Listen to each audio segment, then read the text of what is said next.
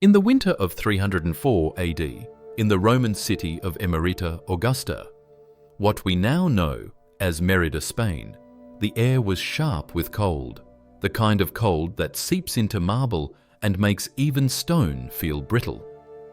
Through the echoing corridors of Roman authority, a child walked toward death with steps that did not falter. She was only 13. Her name was Eulalia, and the story of her final hours would become one of the most haunting testimonies of faith and defiance in all of Roman history. This was no ordinary execution, and she was no ordinary child. Before her stood the most powerful empire the ancient world had ever known, an empire that had conquered seas, raised cities of dazzling magnificence, and bent nations to its will. And yet, in a single dawn, its vast authority was challenged by a girl scarcely beyond childhood. To the officials who condemned her, she was a criminal. To the community that remembered her, she would become a saint. To understand Eulalia's defiance, one must first understand the storm into which she was born. By the beginning of the 4th century, the Roman Empire, though seemingly invincible, was staggering beneath invisible burdens. Armies pressed at the borders from Germania and Persia. Trade routes strained under economic collapse.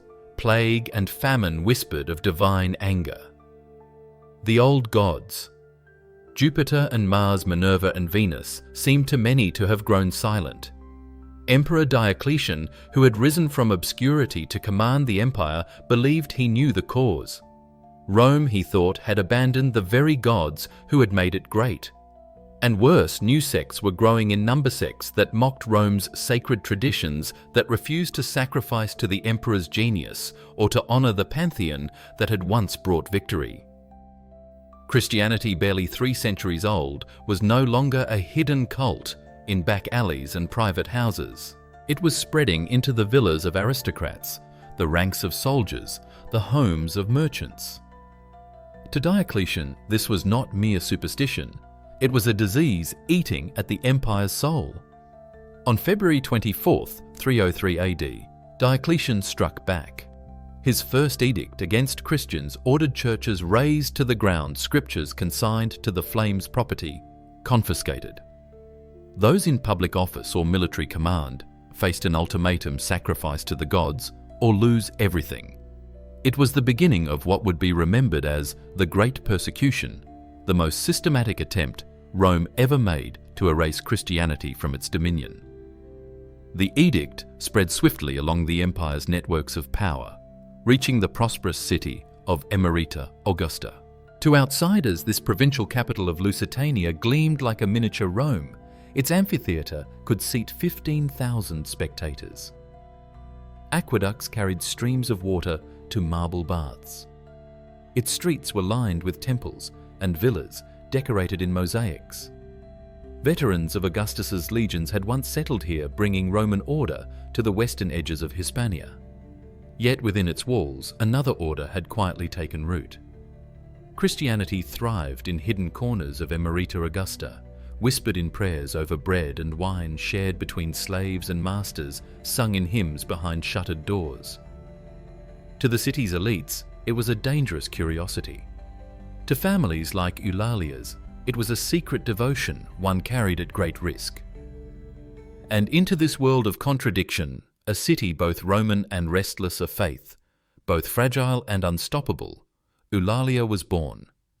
Her story would not simply be one of persecution. It would become a mirror of the empire's crisis, a tale of power confronted by innocence, and of a child who chose defiance over safety. In the shadows of marble temples, the stage was set. The empire would bring its full weight down upon her. And yet what followed would shake Rome more deeply than swords or barbarian raids ever could. The blow struck by Diocletian in 303 AD was not a passing decree, but the start of a machinery of persecution. In every corner of the empire, the emperor's words rippled outward, transformed into action by governors, magistrates, and soldiers whose loyalty to Rome was measured in their obedience. The edicts were meticulous. Christian churches were to be levelled to their foundations, sacred texts burned in the public squares, property confiscated, citizens stripped of rights if they refused to honour the gods.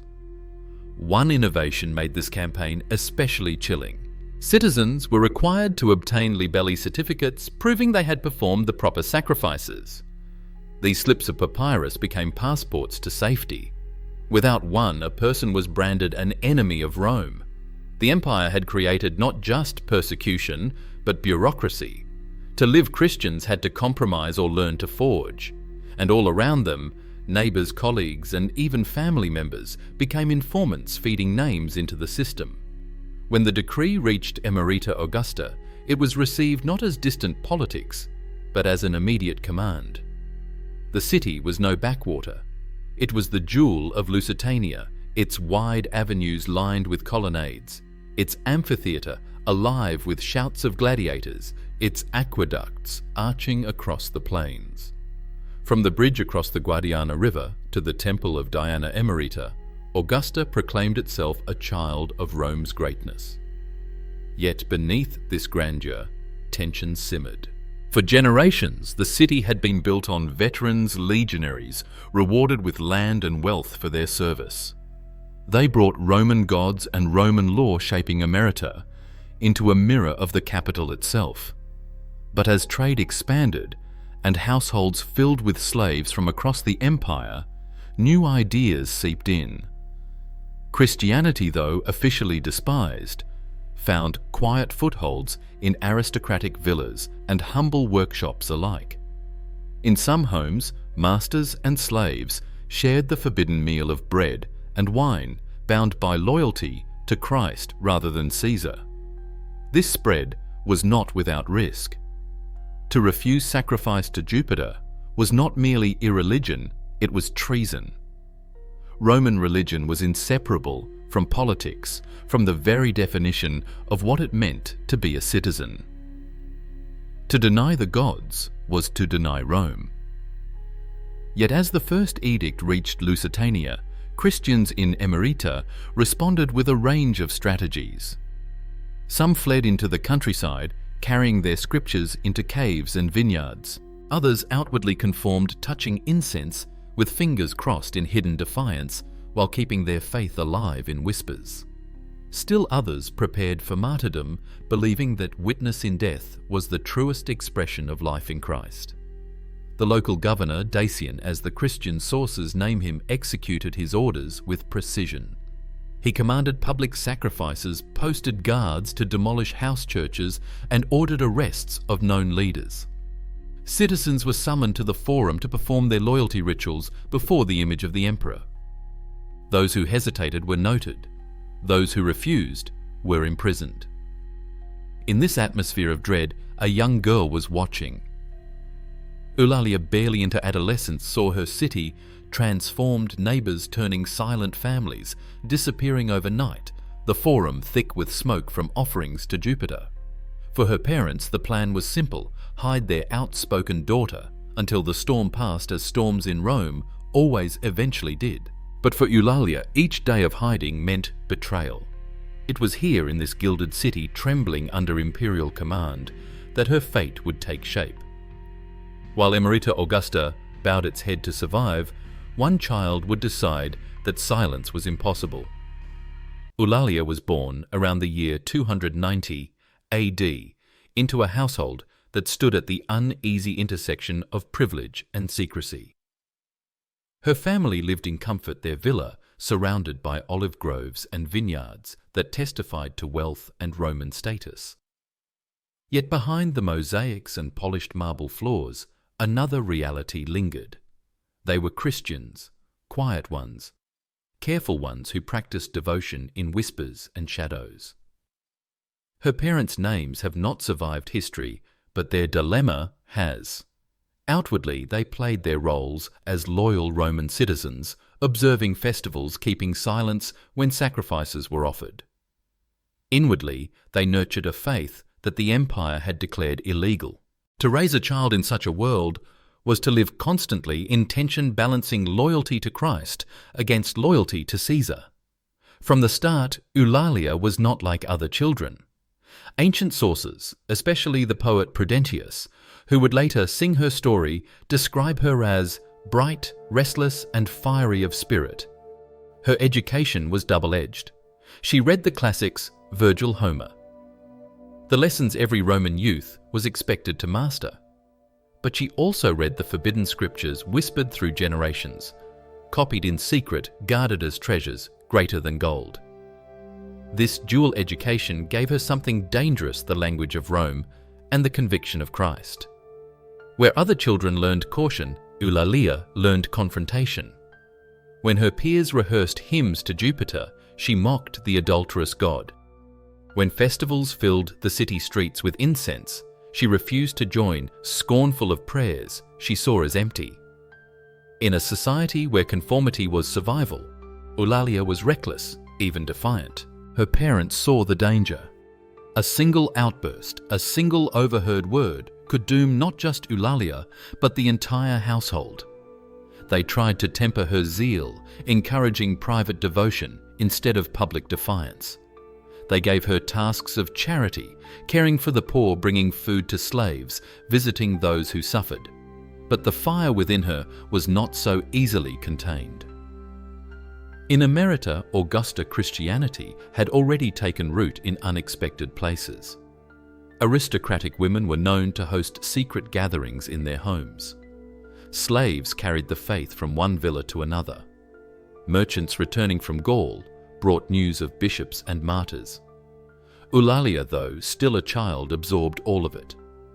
To her, the faith was not a fragile secret, but a living force worth more than wealth, more than family, more than life itself. By 303 AD, when Diocletian's edicts reached Lusitania, her parents had made their decision. They would take her away. The villa in the countryside was safe, isolated, hidden among orchards. There they hoped Eulalia could weather the storm. To them, it was prudence. To her, it was cowardice. For Eulalia, retreat was betrayal. Each report of Christians arrested in the city, each rumor of churches burned, cut her like a wound. While others compromised or fled, she believed the only true path was witness, open, defiant, without fear. To remain hidden in the countryside was, in her eyes, to abandon not just fellow believers, but Christ himself. Her parents could not yet know that the decision they thought would protect her had only planted the seed of her rebellion. The quiet of the villa was not refuge, but furnace. There, Eulalia's faith hardened into something unbreakable. In the stillness of the countryside villa, where the air smelled of pressed olives and distant vineyards, Eulalia grew restless. By day she prayed, by night she fasted, her young body already bearing the marks of a spirit determined to confront powers far beyond her. She was barely 13, yet she had already resolved on a course that many adults could not imagine. Not survival, but martyrdom.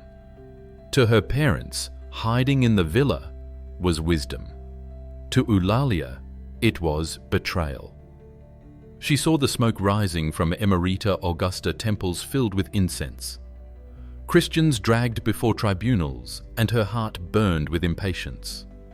How could she remain cloistered in comfort while her brothers and sisters in faith were tortured, humiliated, or killed? She confided to a companion, Julia, some say a servant girl, others a fellow believer, that she would not remain in exile. If Christ had suffered openly, she reasoned, then so must she. One night in December, when winter frost clung to the vineyard vines and silence blanketed the villa, Eulalia slipped away. Tradition tells us Julia went with her two figures, moving through the darkness, walking mile after mile toward the city gates. They carried no weapons, no wealth, only conviction. Their journey was not an escape, but a pilgrimage toward confrontation.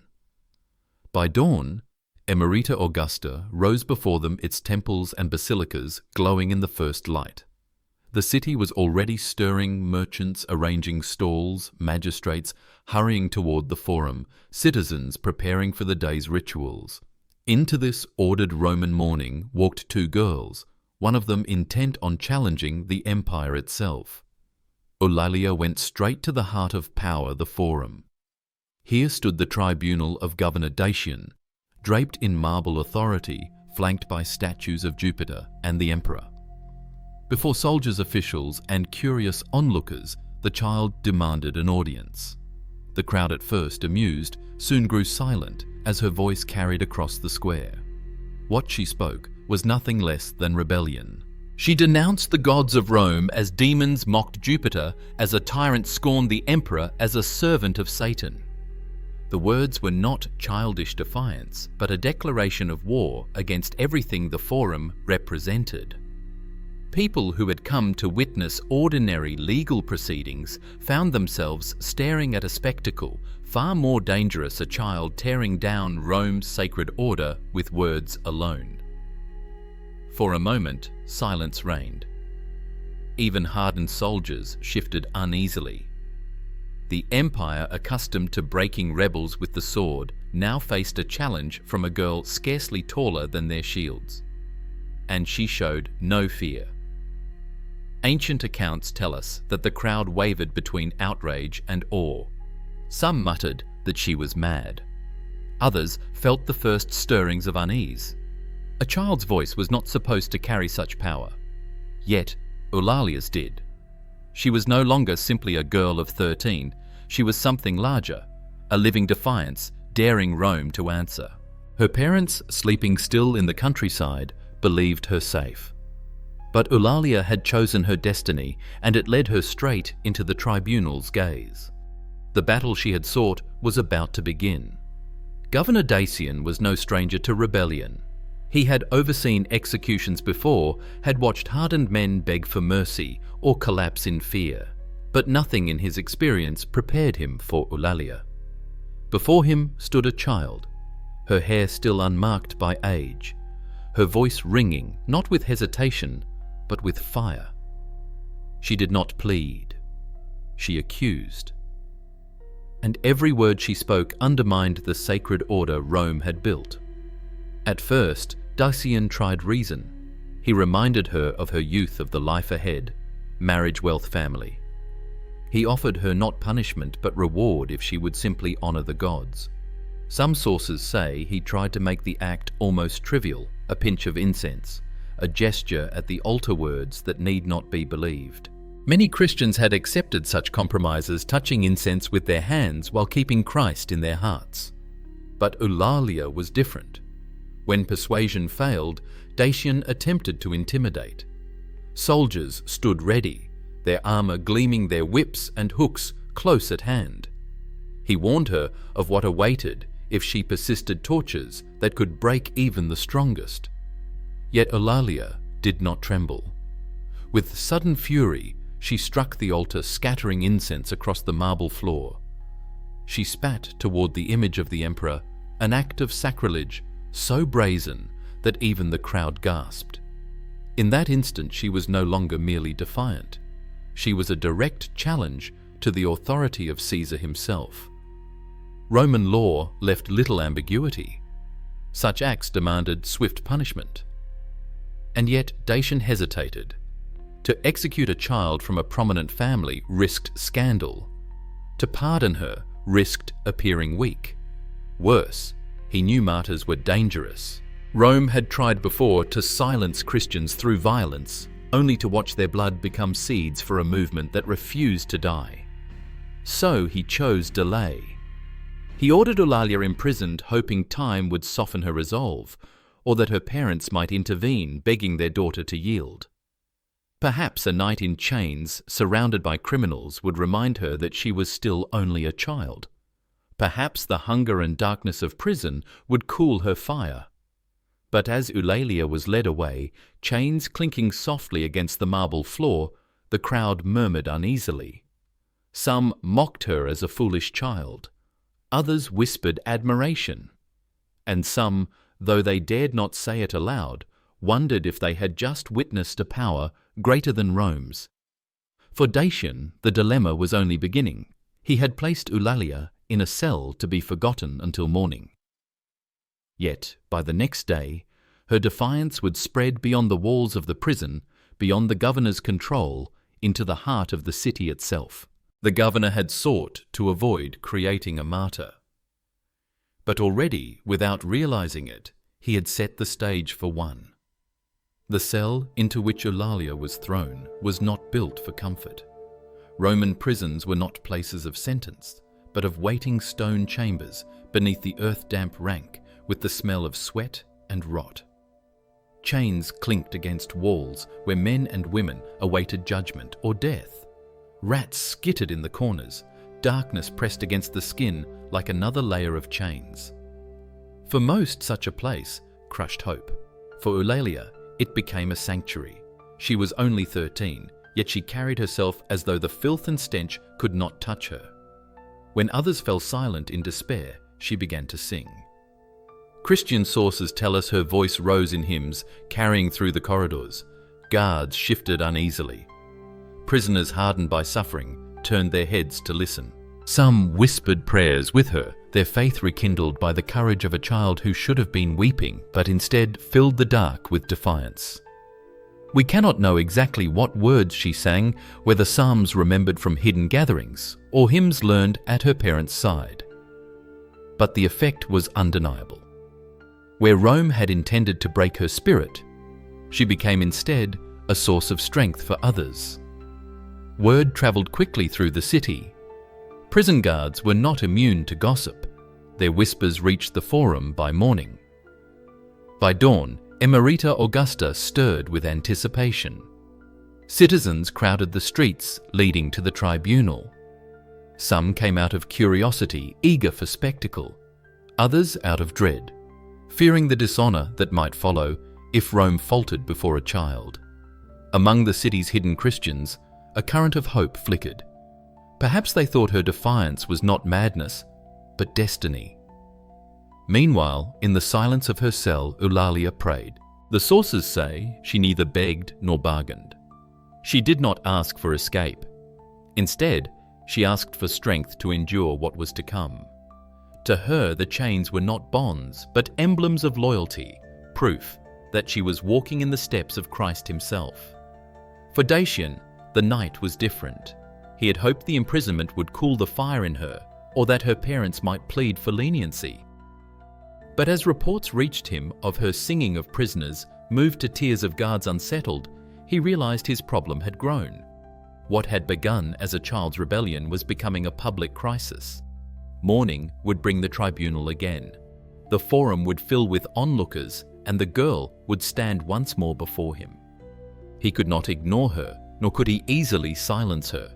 Every choice carried risk. Mercy might embolden others. Execution might turn her into a martyr. Yet Rome thrived on order, and disorder could not be tolerated. As dawn broke, casting light across the marble colonnades of the forum, Eulalia was led out of her cell. Her chains rattled, but her step was steady. The city held its breath. What followed would scar not only her small body, but the conscience of Emerita Augusta itself. The crowd pressed into the forum as Eulalia was brought forth, her wrists bound in iron. Whispers rippled through the assembly. Some called her foolish, others brave, and still others feared what her defiance might provoke. Governor Dacian sat upon his tribunal seat, the weight of Rome behind him. Yet for all his authority, it was Eulalia, barely reaching the shoulders of the guards, who commanded the gaze of the city. He gave her one final chance. "Offer sacrifice," he said. "Just a pinch of incense, a gesture, nothing more." The words hung in the air like an escape. Many in the crowd must have willed her to accept to spare herself the torment that everyone knew awaited. But Eulalia's answer was unwavering. She would not bow. She would not yield. She stood not as a child, but as a soldier of faith. What followed was brutality veiled as justice. The executioners began with flogging leather whips lashing her thin frame until welts rose upon her skin. For most adults, such punishment alone was enough to break the will. Yet Eulalia sang. Between blows, she prayed aloud, her voice carrying across the forum. Some laughed nervously, others turned away. The spectacle was meant to affirm Rome's power, but something else was unfolding. A defiance that made the empire look small beside a child's courage. The tortures escalated. Iron hooks tore at her sides, raking skin and muscle from bone. Flames were pressed to her wounds, the scent of burning flesh rising into the morning air. Ancient accounts tell us she did not curse her tormentors, but instead rebuked their gods, calling them powerless. Some sources even say she taunted them, asking whether this was all the strength their Jupiter could summon. Still, the governor pressed on. Boiling oil was poured over her wounds, molten lead seared her skin. The tradition of 13 tortures for 13 years may be symbolic, but the brutality itself was real enough.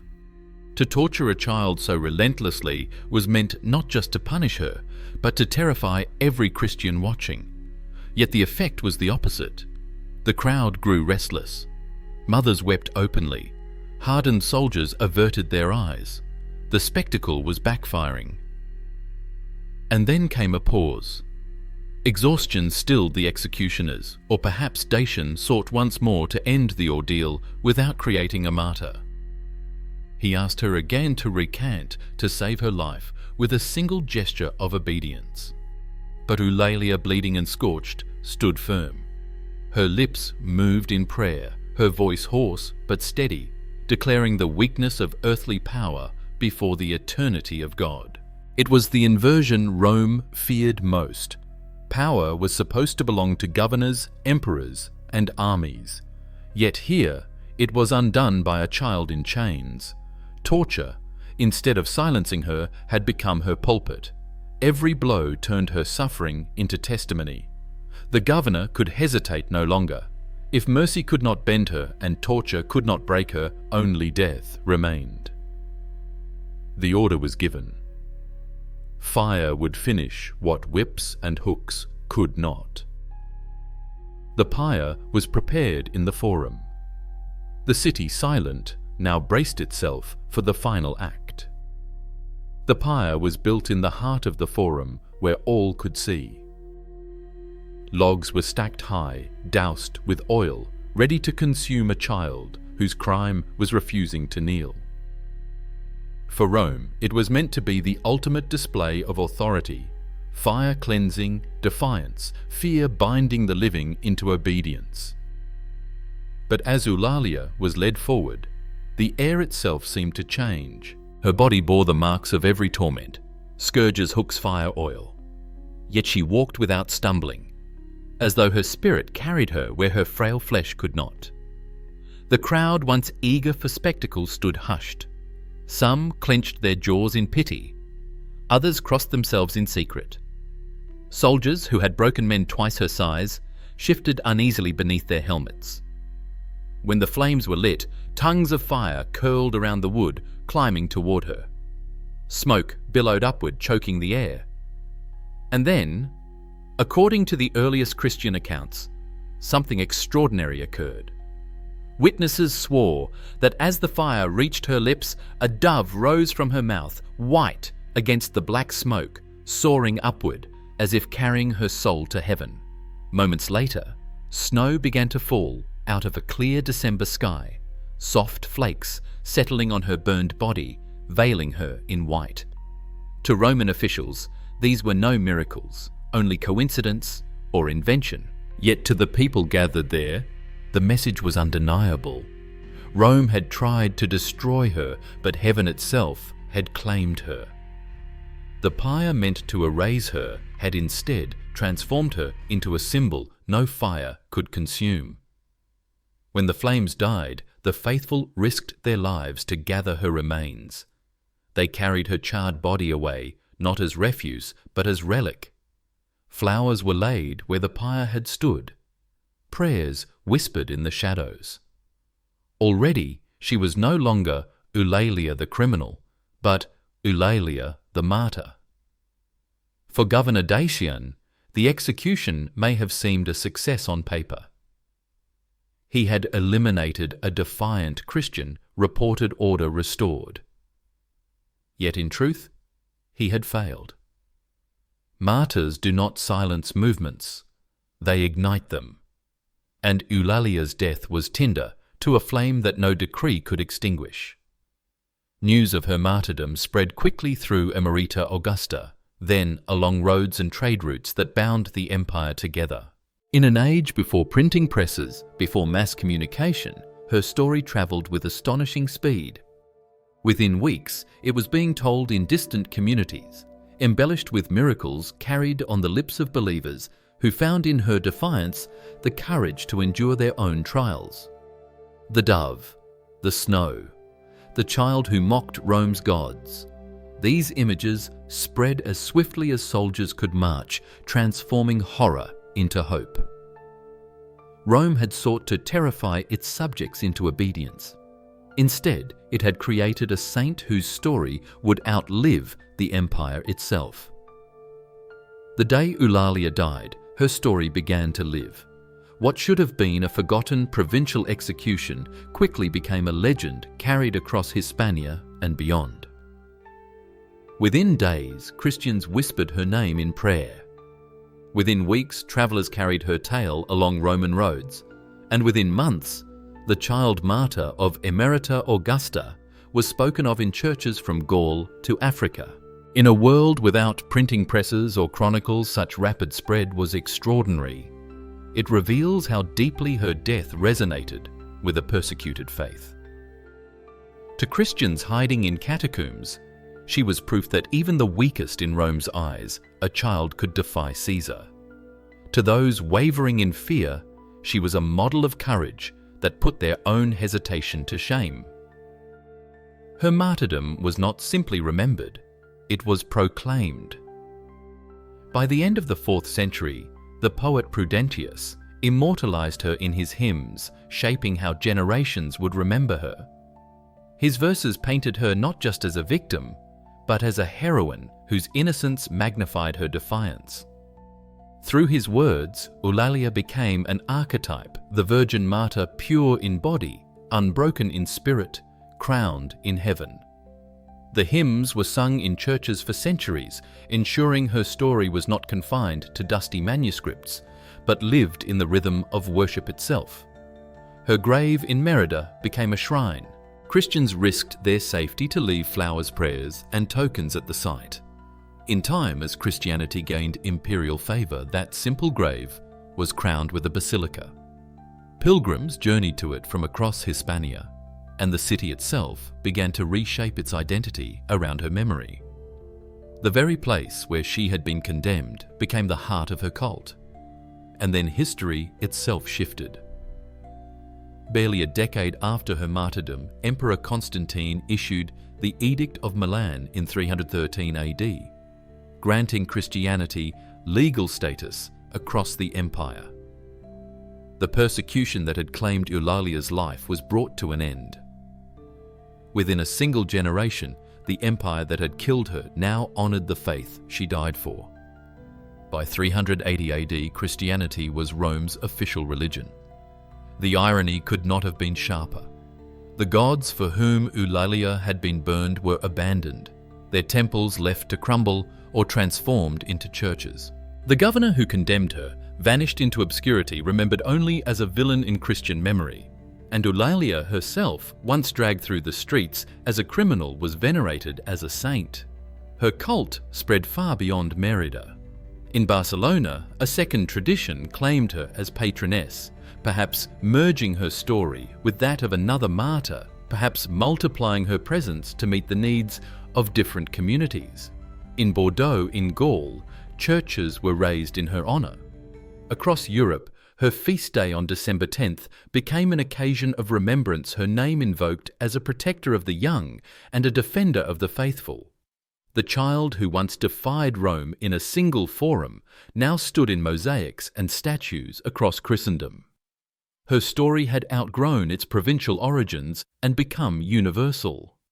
Rome's attempt to silence her had transformed her into a voice that spoke for centuries. Yet her legacy was not finished. For each generation that remembered Eulalia, her story would take on new meaning, reshaped by the struggles and fears of their own time. Eulalia's death did not end in the smoke of her pyre. It echoed through centuries, reshaped, reimagined and reborn by every generation that carried her name. The child martyr of Emerita Augusta became more than a memory of persecution. She became a mirror reflecting the hopes, fears and struggles of the Christian world and beyond. In the Middle Ages, her story was retold with fervour. Mozarabic Christians under Islamic rule invoked her as a symbol of steadfastness, seeing in her defiance of Rome a parallel to their own endurance. Her tale crossed linguistic borders, inspiring some of the earliest vernacular poetry in France, where the sequence of Saint Eulalia was sung, a sign that her memory was not confined to Latin liturgy, but woven into the fabric of European literature. As centuries passed, the image of Eulalia shifted with the art and theology of the time. In Gothic churches, she appeared serene, crowned in triumph. By the Baroque era, painters lingered on the horror of her torment. Hook's flames, blood rendered in painful detail, designed to stir both devotion and dread. To Jesuit missionaries crossing oceans, she was a model of youthful courage her cult carried to the Americas, where her feast intertwined with local traditions. In Mexico and Peru, elements of indigenous ritual fused with her veneration, turning her into a bridge between cultures, though often at tragic cost. Her meaning also evolved with social struggles. In the 19th century, Romantics idealized her as pure innocence destroyed by tyranny, a symbol of fragile virtue. Girls were named Eulalia across Catholic Europe, their lives unconsciously tied to a martyr who had defied emperors. In the 20th century, feminist scholars reclaimed her as something more radical. A young girl who rejected patriarchal expectations of marriage and motherhood, who spoke against male authority and chose her own fate, however terrifying. To them, Eulalia was not simply a saint, but a revolutionary voice in a world that silenced women.